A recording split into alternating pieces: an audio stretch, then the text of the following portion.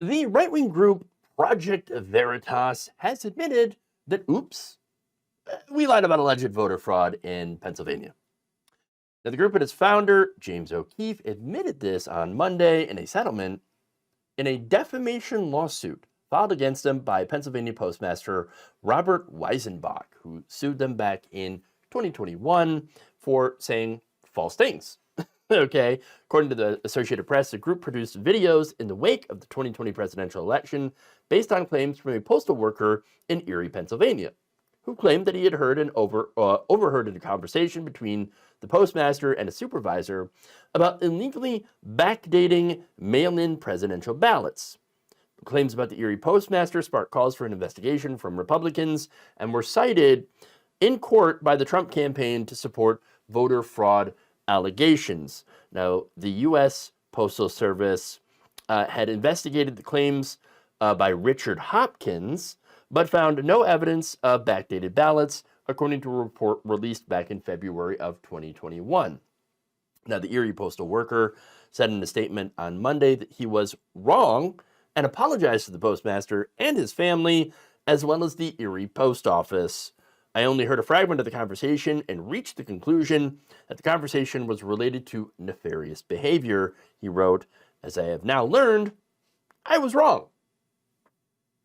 Well, there you go. Now, both Project Veritas and O'Keefe said in their statements posted on X, formerly known as Twitter, that they were not aware of any evidence or any other allegation of election fraud in Erie during the 2020 election, and said this was from both sides. The case is resolved in a manner acceptable to all the parties.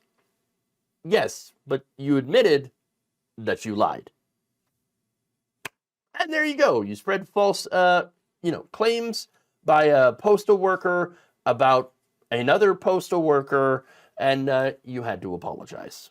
Well, so now the irony here is that that postal worker, the postmaster specifically, Weisenbach, had actually voted for Donald Trump, and yet was being accused of backdating ballots to ensure that Trump lose.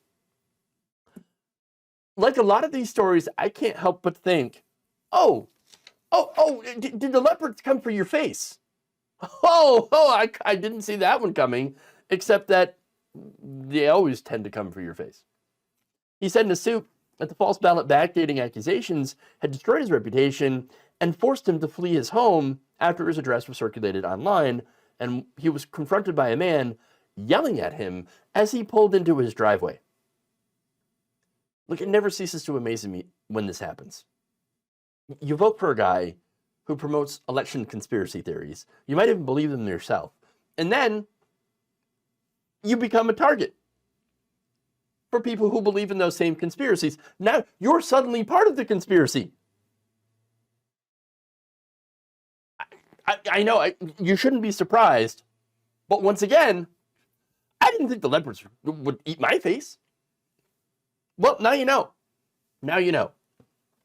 And now, once again, we're shown that one of the bigger purveyors of doctored videos, in the case Project Veritas, right, was forced to admit that they were lying once again. Once again, another shocker. That is not shocking at all.